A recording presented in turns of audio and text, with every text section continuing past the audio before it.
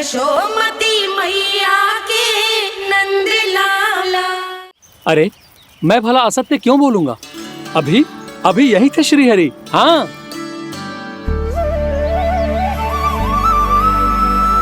हाँ, जैसे श्री हरि को तो कोई कार्य है ही ना।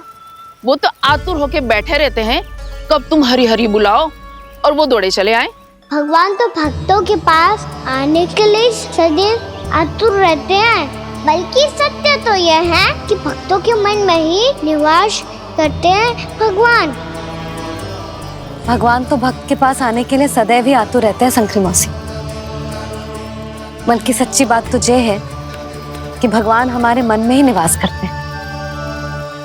कम से कम तू तो इसे बढ़ावा मत दे जशोदा। जब देखो जब हरि नाम की रट लगाए रहते है। हरि बोलते बोलते ऐसो बावलो होता है कि सारा कार्य भूल जाता है। 2 दिन से अपनी मटकी के लिए चक्कर काट रही हूँ। अभी तो एक चक्कर और लगाना होगा आपको। आपकी मटकी तैयार हो गई है, अभी लाता हूँ।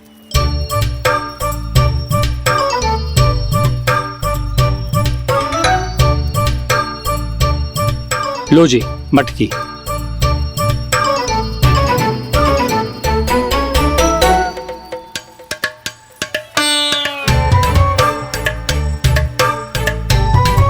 इस कच्चे मटके का क्या करूं मैं? हाँ? पर इसे तो मैंने भट्टी में पकाया था। अब तू ही देख ले कितना ध्यान रहता है इस कार्य पे। और कह तो है कि श्री हरि आते हैं इससे मिलने। हाँ आते हैं और आगे भी आएंगे हमारे श्रीहरि हमसे मिलने। और आके मोक्ष देंगे, है ना? मांगूंगा तो मोक्ष भी दे देंगे, मांगूंगा तो मोक्ष भी दे देंगे, मांगूंगा तो मोक्ष भी दे देंगे। अभी तो ये बता कि तू मुझे मेरी मटकी कब देगो? और मेरी मांग कब पूरी करोगे भोला राम जी? मेरो घड़ा मेरे दिए तो तैयार है ना कल एकादशी की पूजा और व्रत के लिए। एकादशी का व्रत? हाँ, एकादशी का व्रत। इसे करने से श्रीहरि बहुत प्रसन्न होते हैं। अच्छा, फिर तो अभी लाया।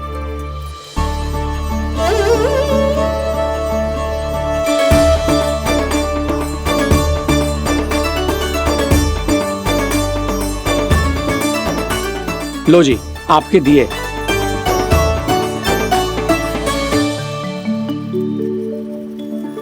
और जो हमने मांगा है वो? बाकी सब शेष द्वादशी के दिन मिलेगा, क्योंकि कल मैं भी एकादशी का व्रत रखूंगा, क्योंकि कल मैं भी एकादशी का व्रत रखूंगा, क्योंकि कल मैं भी एकादशी का व्रत रखूंगा।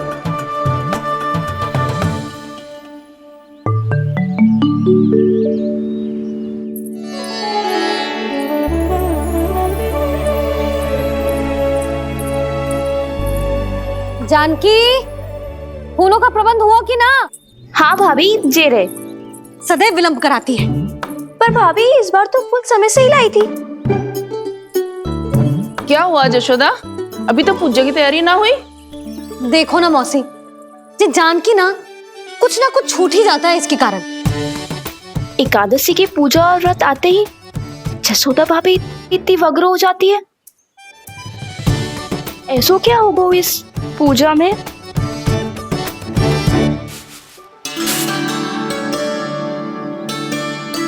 ये थाली में रोली चंदन रखने से, दिया जलाने से के होगो?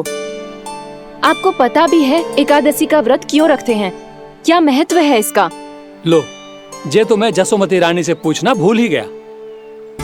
पर हाँ भगवान, मेरे लिए इतना ही पर्याप्त है कि इस व्रत को रखने से मेरे श्रीहरि हमसे प्रसन्न हो जाएंगे।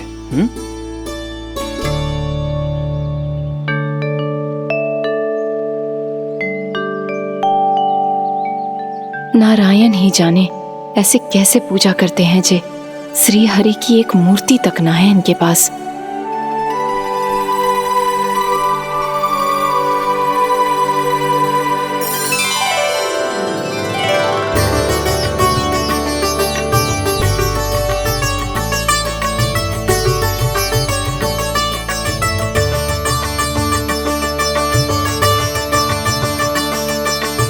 प्रभु, न तो मेरे पास मूर्ति है और ना तो इस व्रत के विधि विधान के बारे में मुझे जानकारी है और ना ही मुझे इसके महत्व के बारे में जानकारी है, पर फिर भी मैं करना चाहता हूं।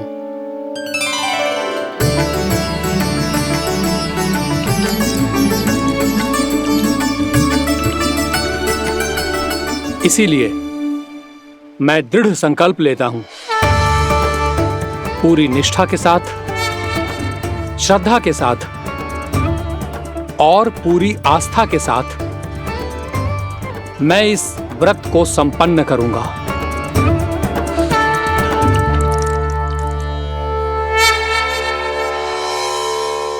हम संकल्प लेते हैं कि एकादशी के व्रत को पूरी निष्ठा के साथ संपन्न करेंगे।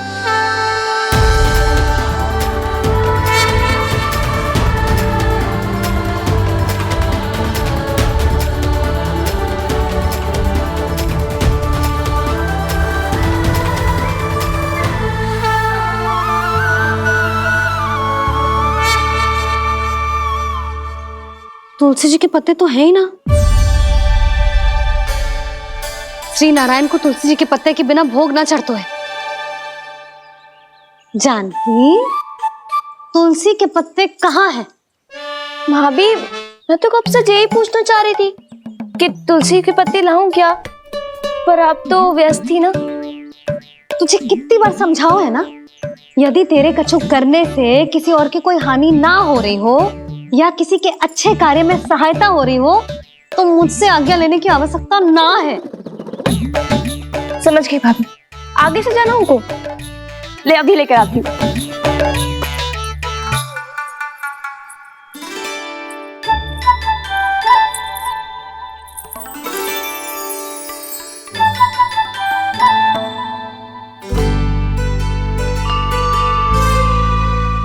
ताऊ, आपने पहले ये व्रत करो है?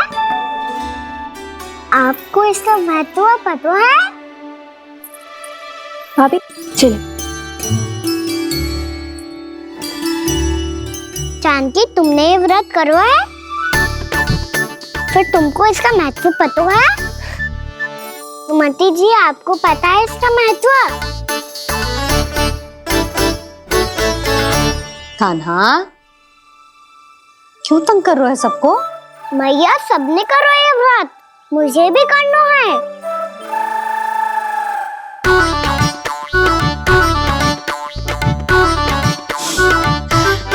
ये व्रत केवल बड़ों के लिए होती है लल्ला। जब आप ये व्रत कर सकती हो, बाबा कर सकते हैं, ये सारी गोपियां कर सकते हैं, वो भी कर सकते हैं, तो मैं क्यों ना कर सकता? क्योंकि तू कल तक भूखा ना रह पाएगा लल्ला। जब भक्त रह सकते हैं, फिर मैं क्यों नहीं रह सकता? मेरा अर्थ है कि नारायण के भक्त मैया, मैया मान जाओ ना, मुझे करने दो ना ये व्रत। अपनी लल्ला पे आप विश्वास ना है आपको? विश्वास है। अच्छा ठीक है, तू भी कर ले।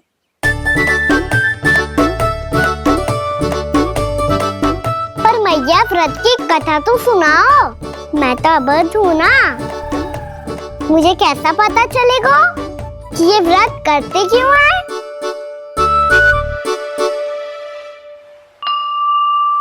प्रभु, मुझ अबोध को कैसे पता चलेगा कि इस व्रत का क्या विधि विधान होता है और क्यों रखा जाता है और इसका महत्व क्या होता है?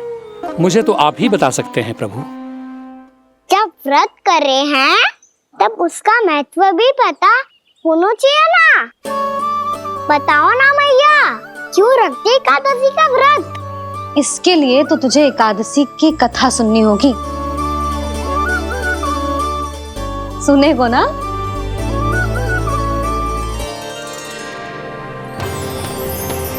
वसुदेव सुतं देवं कंसचाणूरमर्दनम् श्रीहरि, यशोदा परमानन्दं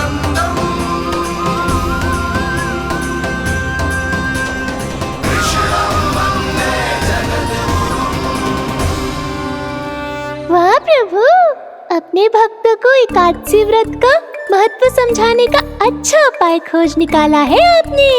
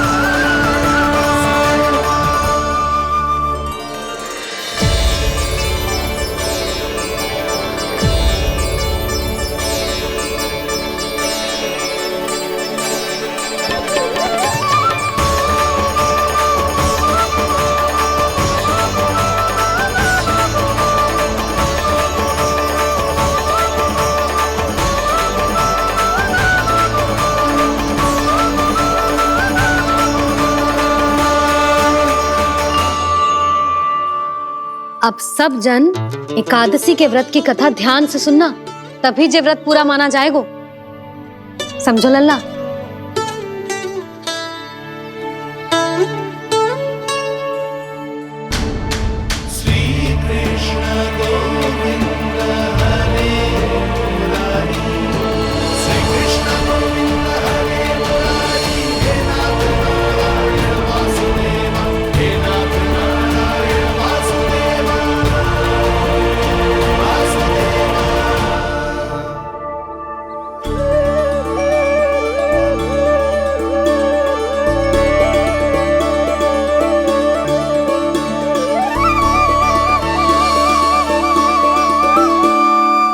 सतयुग में चंद्रावती नाम के नगर में मूरा नाम का एक असुर राज्य करता था।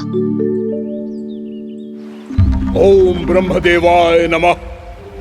ओम ब्रह्मदेवाय नमः। ओम ब्रह्मदेवाय नमः। ओम ब्रह्मदेवाय नमः।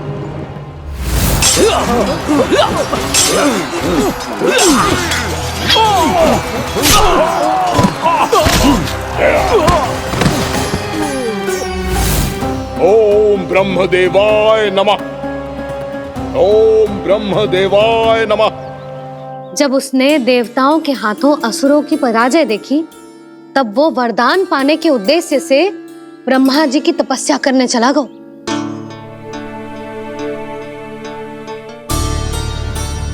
शीघ्र ही मूरा की तपस्या सफल हो गई और ब्रह्मदेव जी उससे प्रसन्न हो गए। ओम ब्रह्मदेवाय नमः। ओम ब्रह्मदेवाय नमः। ओम ब्रह्मदेवाय नमः। ओम ब्रह्मदेवाय नमः। ओम ब्रह्मदेवाय नमः। ओम ब्रह्मदेवाय नमः। ओम ब्रह्मदेवाय नमः। ओम ब्रह्मदेवाय नमः। ओम ब्रह्मदेवाय नमः। मूरा, प्रणाम ब्रह्मदेव। तुम्हारी तपस्या सफल हुई। बोलो, तुम्हें क्या वर चाहिए?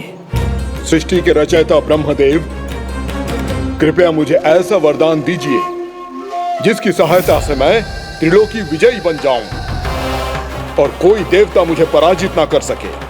यहां तक कि देवताओं के रक्षक, सृष्टि के संचालक भगवान श्री विष्णु के लिए भी मैं अपराजय रहूं। तथास्तु, तथास्तु, तथास्तु। प्रणाम ब्रह्मदेव।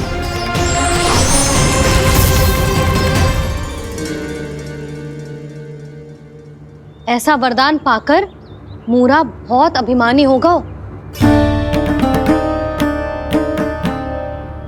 यक्षों, किन्नरों, यहाँ तक कि देवताओं को भी युद्ध के लिए ललकारने लगो, पर किसी ने भी उसकी ललकार को स्वीकार ना करो,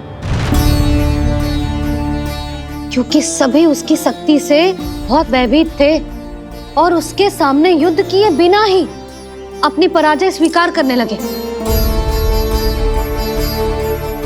और फिर दंभ में आके उसने स्वर्ग लोक पर भी आक्रमण कर दियो और देवराज इंद्र तक को चुनौती दे डाली।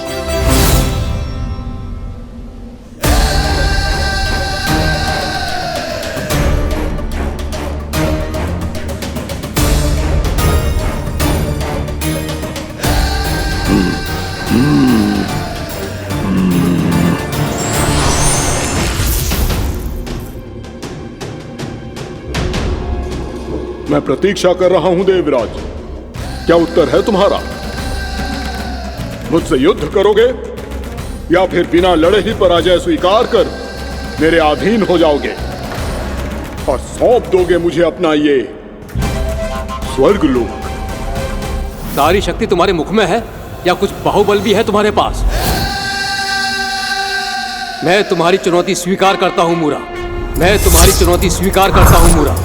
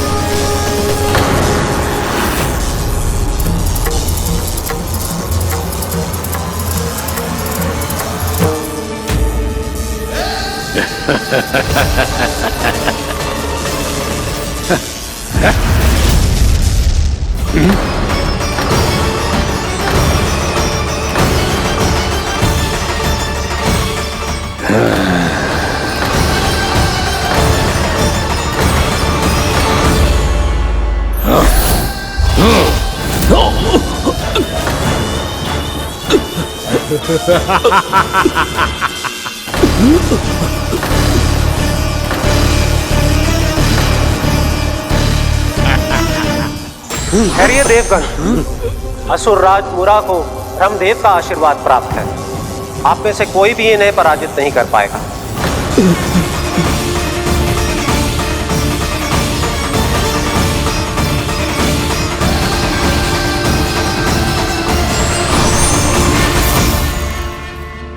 एक अवसर और देता हूं देवराज, युद्ध या अधीनता,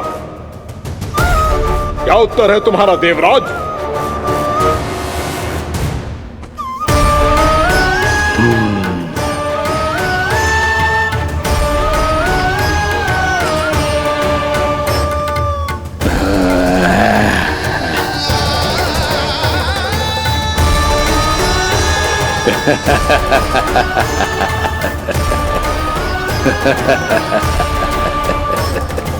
इंद्र और सभी देवताओं ने मूरा के आतंक में आके उससे भयभीत होके अपना सिंहासन छोड़ दियो।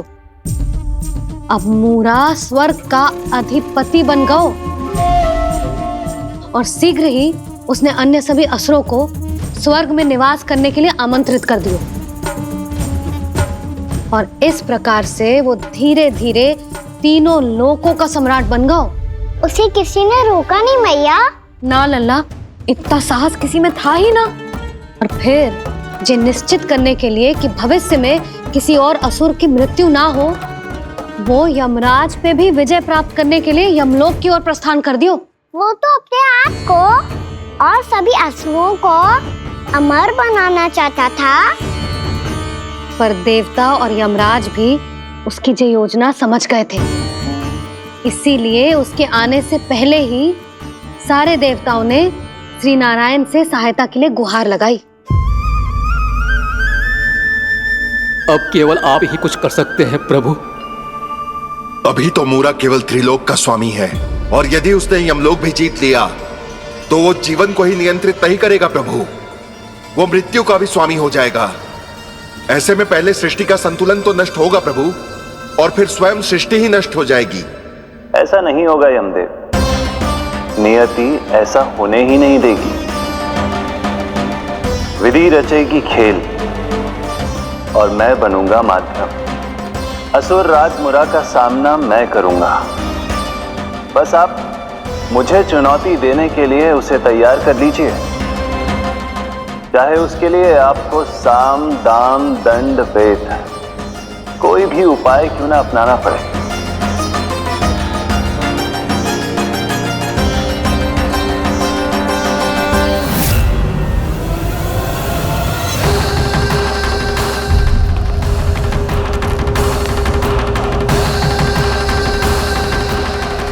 तो मेरी प्रतीक्षा में पहले से ही खड़े हैं यमदेव। तब तो आपने मेरी चुनौती के बारे में भी सुना ही होगा। कहिए, क्या उत्तर है आपका? मेरा स्वागत करके अपना राज्य त्यागेंगे या मेरा सामना करके अपने प्राण? हे असुर श्रेष्ठ, मैं आपकी अधीनता स्वीकार करने के लिए तैयार हूं। बस एक विनती है मेरी। शर्त को विनती का नाम देकर पहलाना चाहते हो मुझे यमराज? असुर राज मूरा के सामने शर्त रख पाओ, इतना सामर्थ्य नहीं है तुम में। इसका आभास है मुझे असुरराज, पर मैं आपकी अधीनता स्वीकार करूं इससे पहले आपको स्वामी धर्म का पालन करना होगा। मेरे पुराने स्वामी के क्रोध से मेरी रक्षा करनी होगी आपको। कौन है तुम्हारा पुराना स्वामी? भगवान श्री नारायण।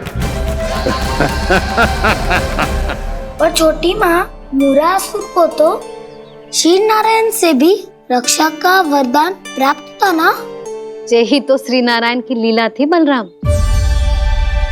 पर वो राक्षस अपने दम में जे समझ ही ना पाओ कि वो क्या भूल करने जा रहा है, और पहुंच गो भगवान श्री नारायण को चुनौती देने के लिए।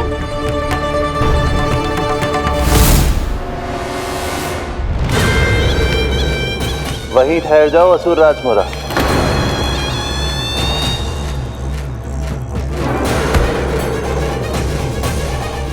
यहाँ क्यों आए?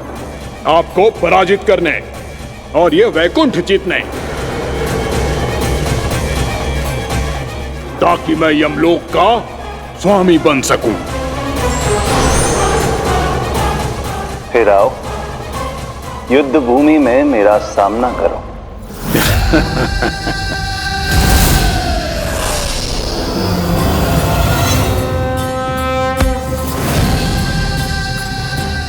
ये नहीं जानते कि इनसे ना हारने का वरदान तो मैं पहले ही प्राप्त कर चुका हूं, इसलिए युद्ध ठीक से आरंभ हो पाए उससे पहले ही इन्हें जीत लूंगा मैं।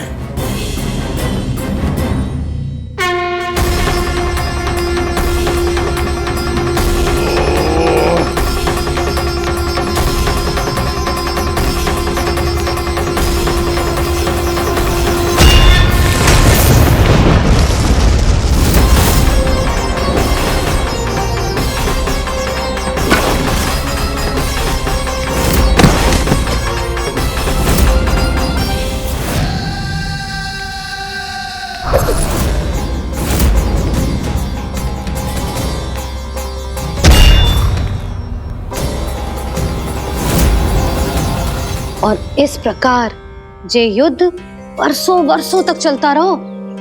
दोनों योद्धा पूरे ब्रह्मांड में अनेक अस्त्रों शस्त्रों के साथ युद्ध करते रहे।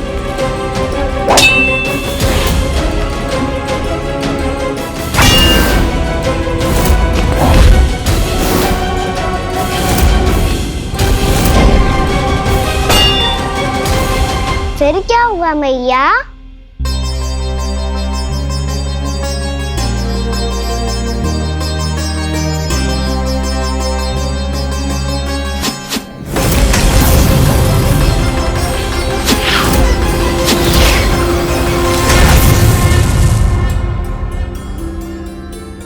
उस युद्ध को कभी समाप्त हुआ हो, पर कैसे? शीघ्र ही वो राक्षस थक गौ लल्ला।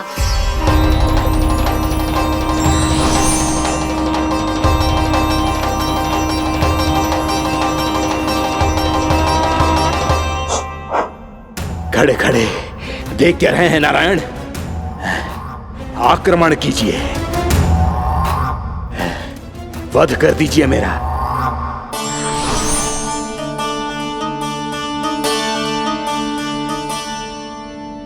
मैं तुम्हारी वीरता से प्रभावित हूं,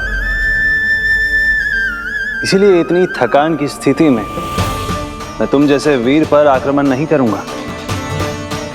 जाओ विश्राम करो। यदि फिर से युद्ध करने की इच्छा हो तो तुम्हारा स्वागत होगा।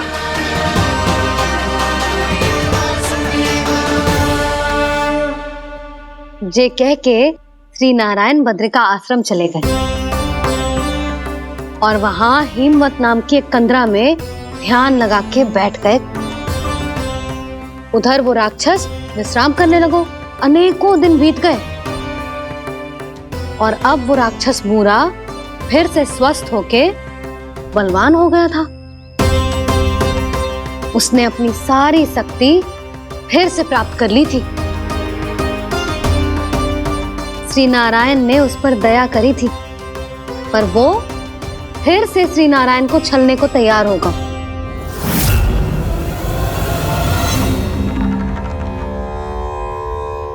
ध्यान में बैठे बैठे श्री नारायण योग निद्रा में चले गए, पर दुष्ट मूरा इसी अवसर का लाभ उठा के उनके कंदरा में घुस आयो, ताकि वो सोते हुए श्री नारायण पे आक्रमण कर सके।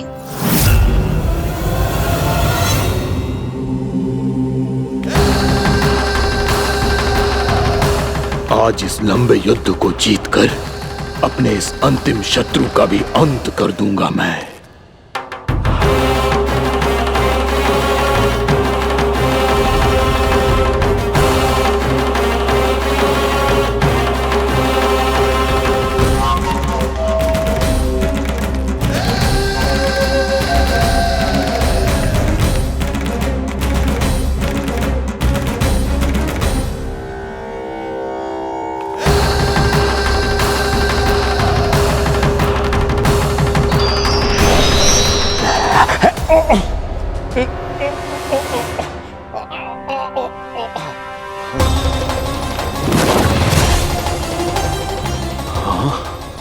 दुष्ट राक्षस, प्रभु ने तुझ पर दया की, तुझे संभलने का अवसर दिया। तू इन्हीं पर ही छल से वार करने चला है।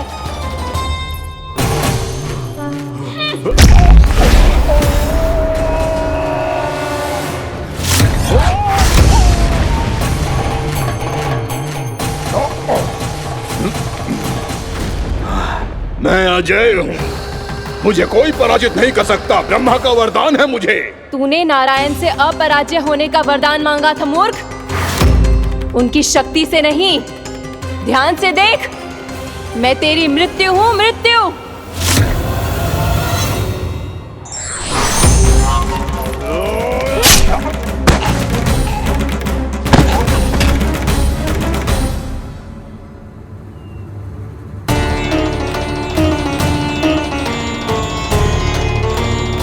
वो देवी कौन थी छोटी माँ? और कौन बलराम, वही तो थी देवी एकादशी।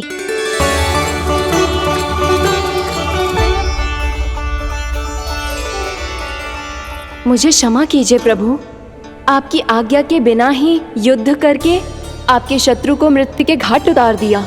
क्षमा नहीं, आपकी तो प्रशंसा होनी चाहिए देवी। असुर राज को मारकर आपने सभी देवताओं को मुक्त करवाया है। इस पापी के अहंकार से तीनों लोकों की रक्षा की है आपने। आप एकादशी की तिथि पर मेरी एकादश इंद्रियों से उत्पन्न हुई हैं। इसीलिए मेरे सभी भक्त आपको उत्पन्न एकादशी के नाम से जानेंगे। सभी तिथियों में आपका स्थान सर्वश्रेष्ठ होगा। जिस तरह आपने राक्षस के आक्रमण से मेरी रक्षा की है, उसी प्रकार एकादशी के दिन व्रत करके जो भी भक्त आपकी कथा सुनेगा, मैं स्वयं उसकी रक्षा करूंगा। जो आपकी पूजा करेगा उसे मेरी विशेष कृपा प्राप्त होगी, और उसके साथ साथ उसे मिलेगा धन, सिद्धि और मोक्ष।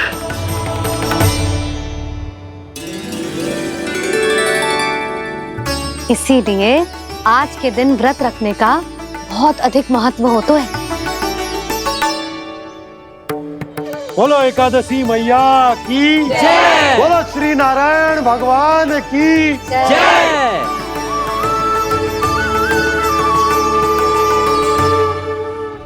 प्रभु की कृपा से एकादशी का महत्व भी पता चल गो और मेरा व्रत भी सफल होगा। अभी नहीं भूला राम, एकादशी का व्रत पूरी तरह तभी सफल होता है जब द्वादशी के दिन उसे पूरा किया जाता है।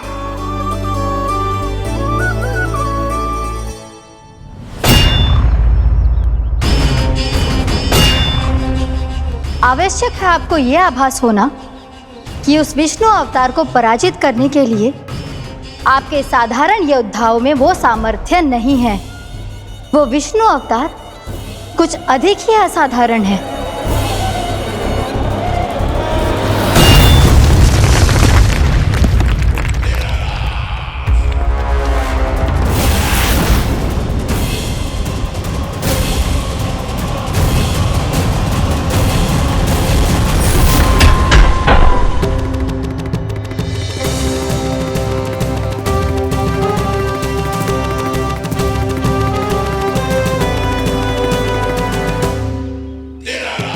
अब मैं दिखाऊंगा उस विष्णु अवतार को असाधारण शत्रु क्या होता है।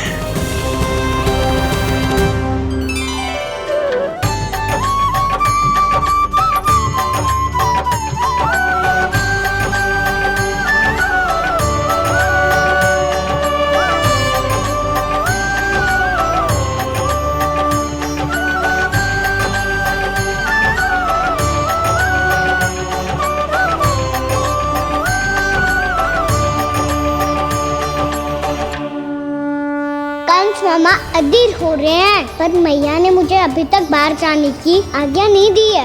अभी उन्हें किसी और राक्षस को यहाँ भेजने से रोकने के लिए मुझे ही कुछ करना होगा।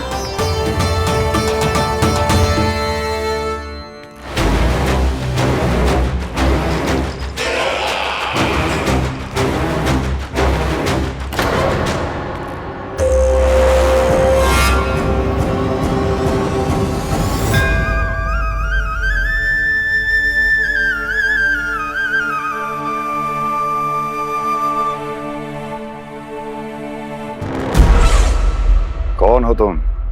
बचपन से ही मुझे मारने का सपना देख रहे हैं, फिर मुझे ही नहीं पहचानते।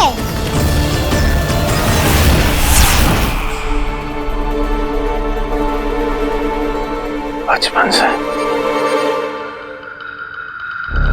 विष्णु अवतार। कोई गाना बुलाता है तो कोई मुरलीधर पुकारता है, कोई माखन चोर कहता है, कोई कहता है चिच्चोर। पर विष्णु अवतार इस नाम से तो बस आप ही मुझे बुलाते हो मामा जी। इतना साहस, ये तो यहाँ आ गया है।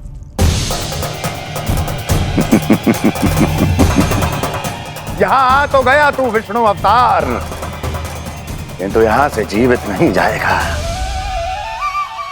तेरे इस शीश को तेरे धड़ से अलग कर दूंगा मैं।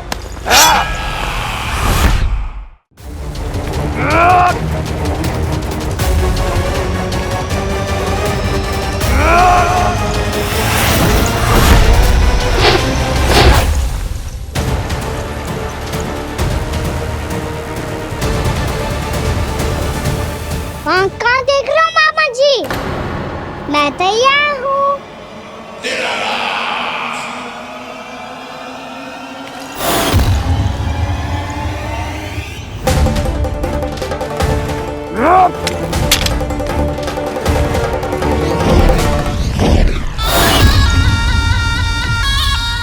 मामा जी, आप सदैव इसी तरह क्रोध में रहते हो क्या?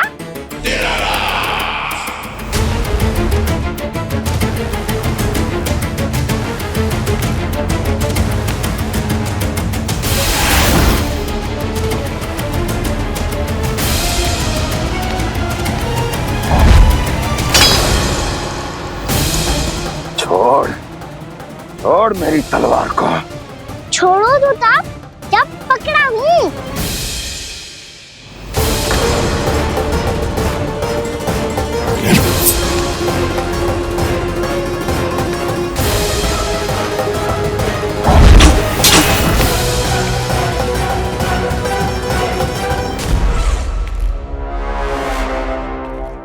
मामा जी,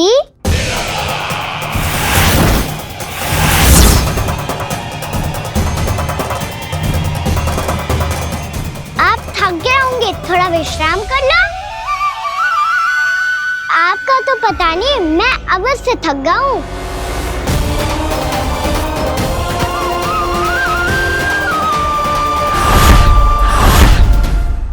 मेरे सिंहासन पर बैठने का तो साहस। अभी तो बस अभ्यास कर रहा था मामा जी। भविष्य में मुझे तो बैठना है यहाँ। आपने बल प्रयोग करके से अपने पिताजी से छीना था। मैं आज से छीन लूंगा। जो छल और बल से लिया जाए वो अधिक समय तक टिकता नहीं है मामा जी।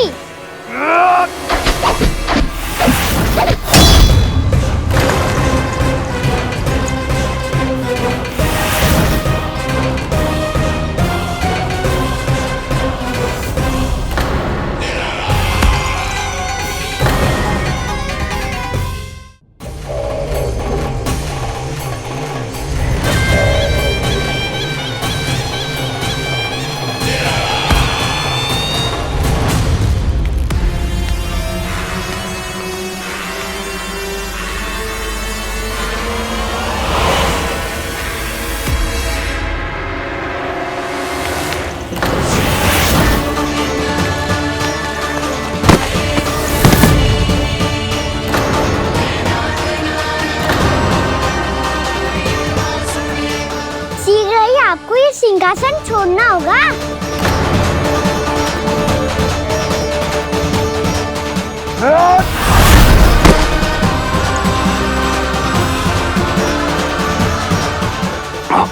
वो मेरा सिंहासन छीनना चाहता। वो आ रहा है, वो आ रहा है। सैनिकों! दुर्जन, बंद कर दो सभी द्वार और घरों के, सबके सब। इसकी हर संभावना पर इतना कड़ा पहरा बिठा दो कि ना तो कोई महल के भीतर आ सके, ना कोई बाहर जा सके। मुझे महल की चप्पे चप्पे की सूचना चाहिए। जाओ।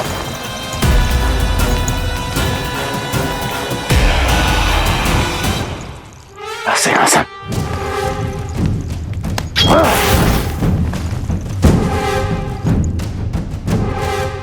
अब आ, दुष्ट मायावी, छलिया विष्णु अवतार, मैं कंस तेरी प्रतीक्षा कर रहा हूँ। देखता हूँ मेरे सिंहासन पर कैसे बैठता है तू। मुझे तो बस कुछ समय चाहिए था, वो मिल गया। अब करते रहिए आप प्रतीक्षा।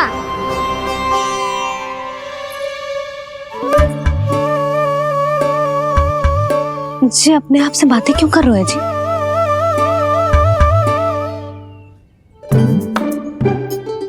आप मुस्कुरा क्यों रहे हो? ना कचू ना। बताओ क्यों मुस्कुरा रहे हो? तुम ही पर गए हैं जी।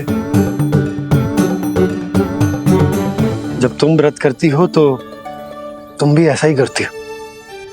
इसी प्रकार भूख अधिक लगने पर अपना ध्यान भटकाने के लिए स्वयं से ही बड़बड़ाती रहती। होगा। आपको तो बस मेरा उपहास उड़ाने के लिए बहाना चाहिए।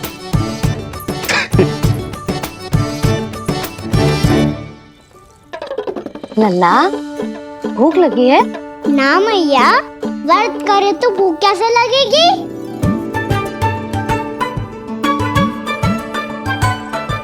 यदि लगी हो तो छोटे बालकों को थोड़ी बहुत भूल चूक क्षमा होती है। कछु ना तो फल तो तू खा ही सकते है। अब तो पूरे नियम और विधि विधान से व्रत तोड़ूंगा। कल द्वादशी के सुबह मुहूर्त के अनुसार। ठीक।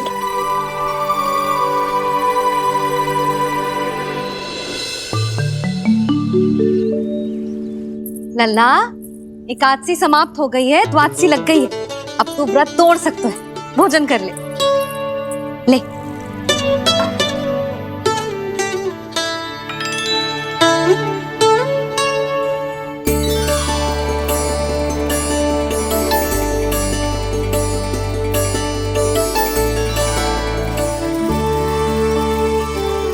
अरे, इसी क्षण कार्य आरंभ करना आवश्यक ना है। कुछ खा तो लो। ना, अभी बिल्कुल भूख ना है। और हाँ भगवान, तुम्हें चिंता करने की आवश्यकता नहीं है। आज मैं किसी को भी 2 शब्द कहने का अवसर नहीं दूंगा।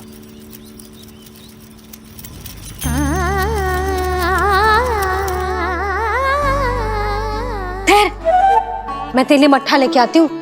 व्रत के बाद पीने से पेट ठंडा रहता है। रुक।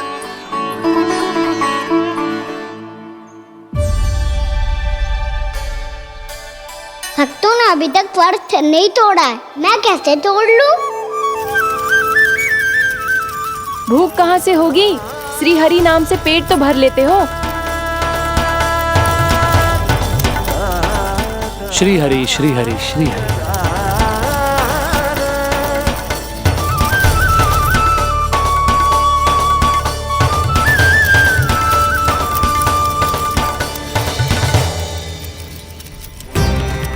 हरि हरि प्रभु हरि, हरि हरि प्रभु हरि, हरि हरि प्रभु हरि, हरि हरि प्रभु हरि।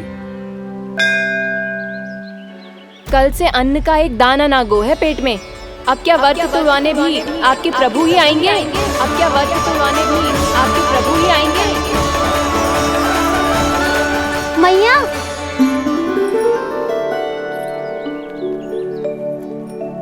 मैया पहले व्रत तोड़ के कच्चू खा तो लो।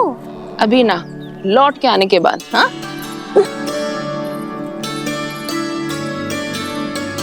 बलराम, ठहरो पुत्र, पहले कुछ खा लो। व्रत तोड़ना आवश्यक होता है।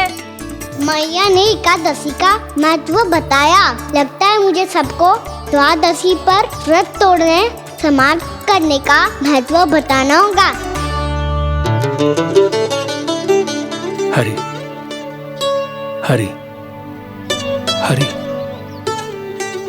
हरि हरि, मेरे हरि।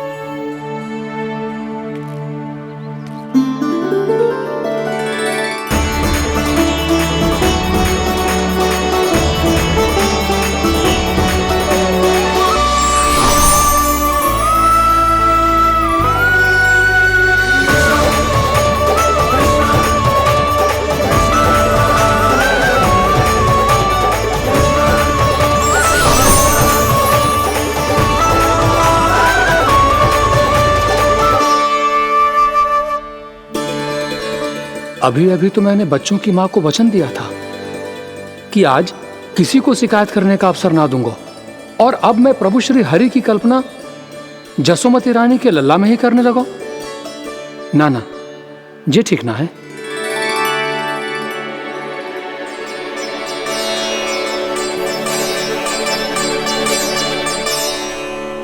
ठीक है तो है, बिल्कुल सही पहचाना है आपने। बड़े तो बड़े, अब तो बालक भी हमारा उपहास उड़ाने लगे। मैं आपका उपहास नहीं उड़ाने आया, मैं तो आपके एकादशी के व्रत को पूरा कराने आया हूँ।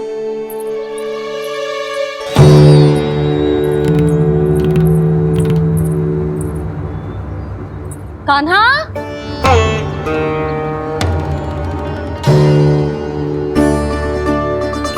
तो ये रे आपकी छड़ी और ये रे मेरी पीठ। सेक देना ताकत तोड़। आज तो इसकी पीठ सेक के रहूंगी मैं। मैया घर पे भूखी मुझे ढूंढ रही होगी। लो, आज द्वादशी के दिन पहले प्रहर में भोजन करके अपना एकादशी का व्रत पूरा करो आप।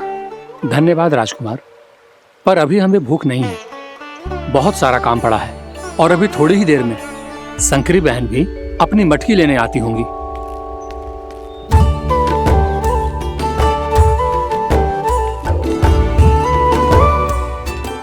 पर मैं आपका व्रत पूरा कराए बिना नहीं जा सकता। भला क्यों?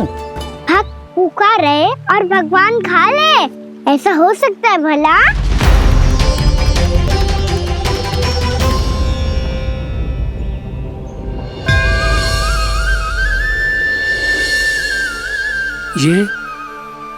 ये कैसा भ्रम हो रहा है मुझे? मुझे लगता है अपना काम करना चाहिए।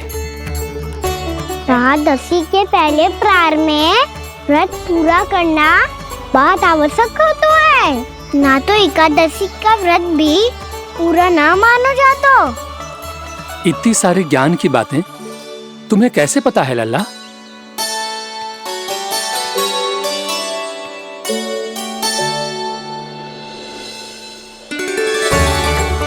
जैसे एकादशी की कथा होती है, वैसे द्वादशी की महिमा भी एक बहुत महत्वपूर्ण कथा है।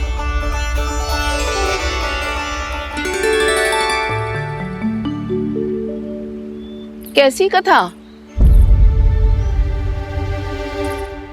बिल्कुल सही समय पे आई हो आप, क्योंकि आपको ये कथा आपको अवश्य सुननी चाहिए।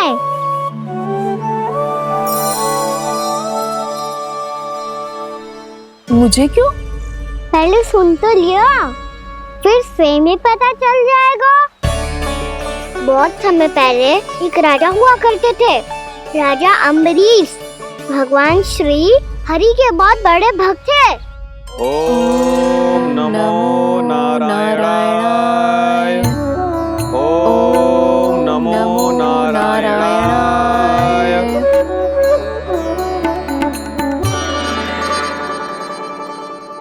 नेक पुण्य के काम करते थे वो। अपनी पत्नी के साथ हरि का नाम जपते रहते थे। उन्होंने 12 माह एकादशी का व्रत करो, निर्जल पास किया, और जब उनकी 12वीं एकादशी का व्रत द्वादशी के दिन तोड़ने का समय हुआ, तभी महर्षि दुर्वासा अपनी 100 शिष्यों के साथ उनके महल में पधारे। प्रणाम स्वीकार करें महर्षि। आप जैसे महान ऋषि मेरे राज्यसभा में आए, वो भी ऐसे अवसर पर जब मैं और मेरी पत्नी निरंतर 12 एकादशियों के बाद अंतिम एकादशी का व्रत तोड़ेंगे। इससे बड़े सौभाग्य की क्या बात हो सकती है हमारे लिए। आज आपके साथ साथ मेरा और मेरे शिष्यों का एकादशी व्रत भी पूरा होगा। संभव है प्रभु की इच्छा यही हो कि हम सब अपना व्रत एक साथ तोड़ें। ये तो अत्यधिक प्रसन्नता की बात है महर्षि। तो फिर ठीक है, हम सब यात्रा से थके हैं। व्रत तोड़ने से पहले हम स्नान करना चाहते हैं। जैसी आपकी इच्छा महर्षि। जब तक आप लोग लौटेंगे तब तक आपके सारे प्रबंध यहाँ हो चुके होंगे।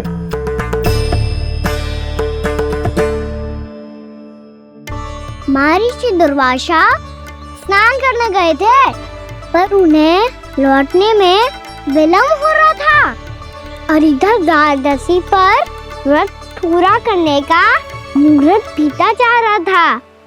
महाराज अम्बरीश बड़ी विरगता के साथ महर्षि दुर्वासा के लौटने की प्रतीक्षा कर रहे थे। महाराज, व्रत तोड़ने का मुहूर्त बीता जा रहा है, बस कुछ ही समय बचा है। महर्षि और उनके शिष्यों को लौटने में न जाने कितना समय लग जाएगा। मेरा सुझाव है कि आप मुहूर्त समाप्त होने से पहले व्रत अवश्य तोड़ लें। गुरुदेव, हमने महर्षि दुर्वासा को वचन दिया है कि जब तक वो लौटेंगे नहीं तब तक हम व्रत नहीं तोड़ेंगे। इसीलिए मैं उनका लौटने के बाद ही भोजन ग्रहण करूंगा। पर महाराज, मुहूर्त यदि बीत गया और समय रहते हो नहीं आए तो महाराज आपका व्रत पूरा नहीं होगा। महाराज, आपको उसका फल नहीं मिलेगा। महाराज, 12 एकादशियों का व्रत व्यर्थ चला जाएगा। किंतु गुरुदेव, यदि मैंने भोजन कर लिया तो ये तो अतिथियों का अपमान होगा। आप उचित कह रहे हैं महाराज। भोजन के लिए उनकी प्रतीक्षा अवश्य कीजिए महाराज, पर मुहूर्त रहते हुए एक तुलसी का पत्ता और जल ग्रहण कर लीजिए।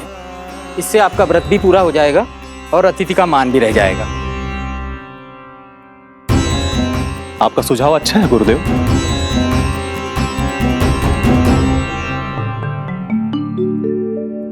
जैसे ही महाराज ने तुलसी का पत्ता खायो, वैसे ही महर्षि दुर्वासा लौट आए। महाराज,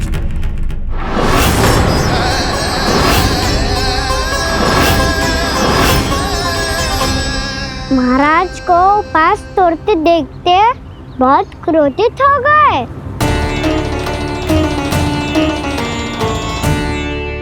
बहुत बड़े भक्त हैं आप। परंतु आप ये नहीं जानते अपने अतिथियों के साथ कैसा व्यवहार करना चाहिए। आपने हमें साथ भोजन करने का वचन दिया था, पर अपना व्रत क्यों तोड़ा आपने? महर्षि, मैंने भोजन नहीं ग्रहण किया। कहीं मुहूर्त न निकल जाए इस कारण मैंने एक तुलसी का पत्ता ग्रहण कर लिया। 56 भोग खाया हो या एक पत्ता, अपना व्रत तोड़कर अतिथियों का अपमान किया है, मेरा अपमान किया है। अब आपको दंड भोगना होगा ताकि आप सीख पाएं कि अतिथियों के साथ कैसा व्यवहार होना चाहिए।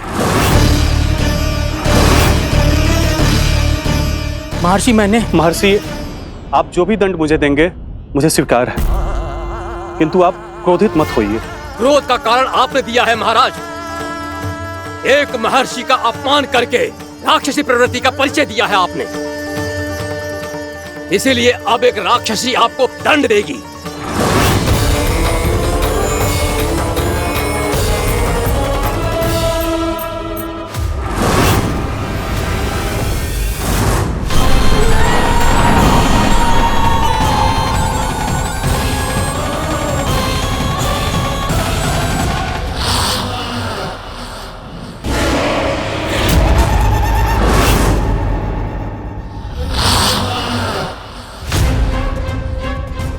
हे प्रभु, यदि मैंने सच में महर्षि का अपमान करने की भूल की हो तो मैं उसका परिणाम भोगने के लिए प्रस्तुत हूं। ओम नमो नारायणाय, ओम नमो नारायणाय नमः। महर्षि दुर्वासा को यह आभास ही नहीं था कि महाराज अम्बरीश ने उनका अपमान नहीं किया था, फिर भी उसे अपमान मान के वो श्री नारायण के भक्त पे संदेह कर रहे थे। मैंने भी तो भोला राम की भक्ति पे संदेह किया था। हे नारायण, ये क्या पाप हो गया मुझसे? संदेह किसी अपमान से कम ना हो तो, और भगवान सब सह सकते हैं, पर उनके प्रिय भक्तों का अपमान सहन ना कर सकते, इसीलिए उन्होंने अस्थिचेप करने का निर्णय लिया।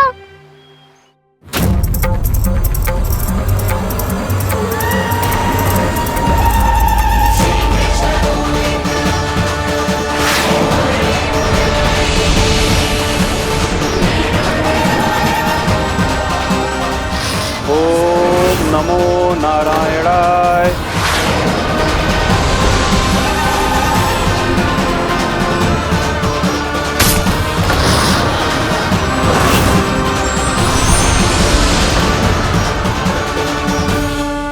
और फिर भगवान का वो सुदर्शन चक्र महर्षि दुर्वासा के पीछे पड़ गया। ये चक्र तो मेरी ओर बढ़ रहा है। ओम नमो नारायणाय। ये कैसे संभव हो सकता है? कोई रोको इसे, कोई रोको इसे।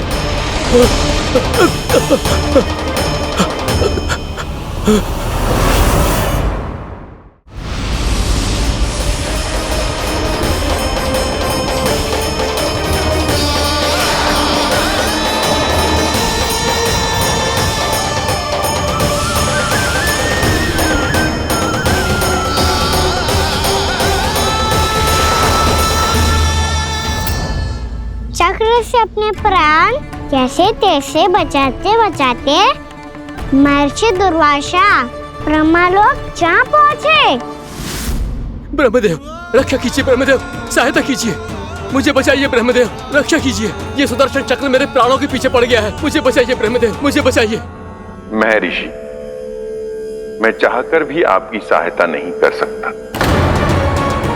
ऐसी स्थिति में यदि कोई कुछ कर सकते हैं तो वो है सुदर्शन चक्र के स्वामी विष्णु, क्योंकि सृष्टि में केवल वही है जो इसे नियंत्रित कर सकते हैं। वो ही इसे वापस लौटने का आदेश देकर आपके प्राणों पर छाए हुए संकट को दूर कर सकते हैं। किंतु हां, मैं सुदर्शन चक्र से इतना अवश्य कहूंगा कि जब तक आप विष्णु लोक में पहुंच नहीं जाते, वो आपको किसी भी प्रकार की हानि ना पहुंचाए। आपका बहुत बहुत धन्यवाद। आपकी सदा ही जय हो।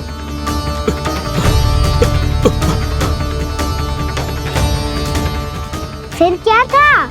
भागते भागते महर्षि दुर्वासा सीधे भगवान श्री हरि के शरण में बैकुंठ पहुंच गए।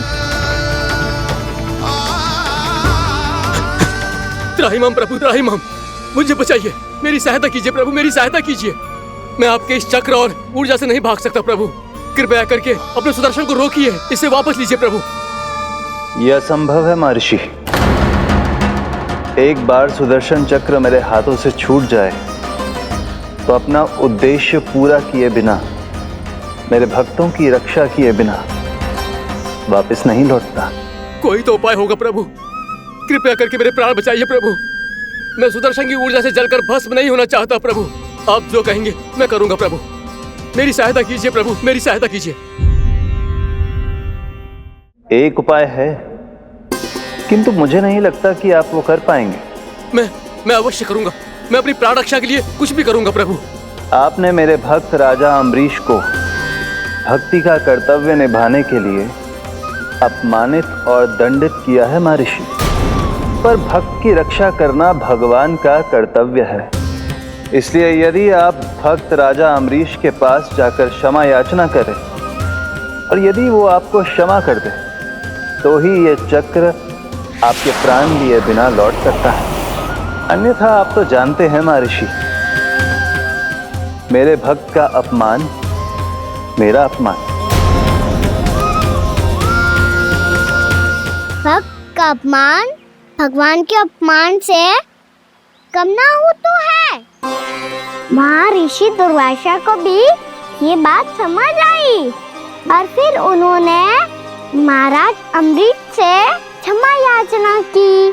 महाराज महाराज महाराज महाराज महाराज, मुझे क्षमा करें महाराज, मुझसे बहुत बड़ी भूल हो गई महाराज, मुझसे बहुत बड़ी भूल हो गई महाराज। महर्षि, आप हमारे चरण छुए ये उचित नहीं। महाराज, महाराज अम्बरीश, आप नारायण के सच्चे भक्त हैं। मैंने आपको अपमानित किया, दंडित करने का प्रयास किया महाराज। इस अपराध के लिए मुझे क्षमा कीजिए महाराज, और इस सुदर्शन चक्र से मेरे प्राण बचाइए महाराज।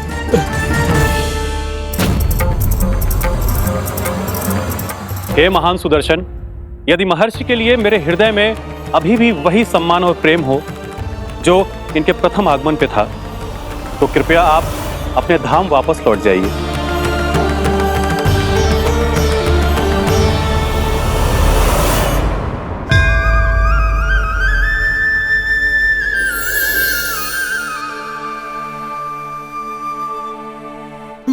आपका बहुत बहुत धन्यवाद महाराज अम्बरीश। मैं आपको आशीर्वाद देता हूं कि आप देवराज इंद्र के समान शक्तिशाली हों। आपकी कीर्ति का पताका 10 दिशाओं में फहराए। मेरी बस एक ही इच्छा है महर्षि, कि मैं आपके साथ अपना उपवास तोड़ सकूं। अवश्य महाराज, हम सब भोजन आपके साथ करेंगे और अपने आप को नारायण की सेवा में अर्पित करके व्रत को पूरा करेंगे, क्योंकि आज जो यहाँ हुआ है उससे सिद्ध हो चुका है कि एकादशी व्रत का फल द्वादशी की सुबह भोजन करने से ही प्राप्त होता है। इस कथा से हमें पता चलता है कि सभी को द्वादशी के सुबह भर पेट भोजन करके एकादशी का व्रत पूरा करना चाहिए। और दूसरी बात, भगवान की सच्ची भक्ति अपमान कभी ना करना चाहिए।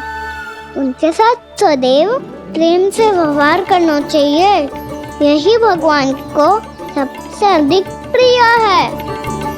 भैया भोलाराम, मैंने भी श्री हरि पे तुम्हारे विश्वास का उपहास उड़ाया था, मुझे क्षमा कर दो। ना ना, आप क्षमा मांगकर मुझे लज्जित मत करो, आप तो मेरी बहन जैसी हैं। जब महर्षि दुर्वासा जैसे महान ऋषि को भी प्रभु के भक्त से क्षमा मांगनी पड़ी, तो मैं तो बहुत ही तुच्छ हूँ। मुझे आपकी किसी भी बात का बुरा ना लगा। पर पता है प्रभु को कौन सी बात कब बुरा रखता है? कौन सी बात? जब उनका भक्त भूखा रहे, समय पे अपना व्रत पूरा ना करे। और जैसा कि आप सभी ने अभी कथा से सीखो है, एकादशी के व्रत को द्वादशी की सुबह अवश्य पूरा करना चाहिए। अब आप चाहो अपना व्रत पूरा करो। कान्हा के नटखट लीला और मजेदार कारनामे देखने के लिए चैनल को सब्सक्राइब करें और बेल आइकॉन दबाना ना भूलें।